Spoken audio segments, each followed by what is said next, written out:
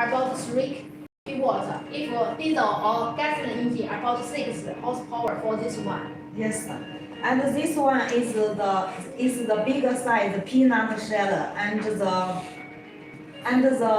capacity is about 250 kg per hour. Yes, for this bigger machine, you can put many raw material at one time. Yes, the capacity is large. And this one is the capacity of this one can reach 500 kg per hour and to 1,250 kg per hour. About the below machine is the baler machine. This machine can packing the grass